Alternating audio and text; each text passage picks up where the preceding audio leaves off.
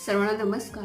100 दिवस 100 कविता या माझ्या चॅलेंजमध्ये आज मी 37वी कविता सादर करते आणि माझ्या कवितेचं नाव आहे मांजराचं पिल्लू. वर्दळीच्या रस्त्यावर सुसाट सुटलेल्या गाडीखाली मांजराचे इवलेसे पिल्लू तडफडून मेले. उलते पालते झाले, फडफडले, 2-3 आचके दिले आणि बहुधा तिथेच त्याने प्राण सोडले. वर्दळीच्या रस्त्यावरील गडबडीत असणाऱ्या माणसांना इमर्जन्सी कसलीच वाटली नाही.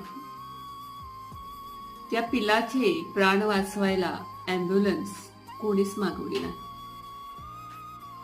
त्याचे कलेवर कोणी उचलले नाही. आधीच चेंदामेंदा झाले आणि मग त्याच्या शरीराचा एक एक भाग गाडीच्या चाकाला लगडून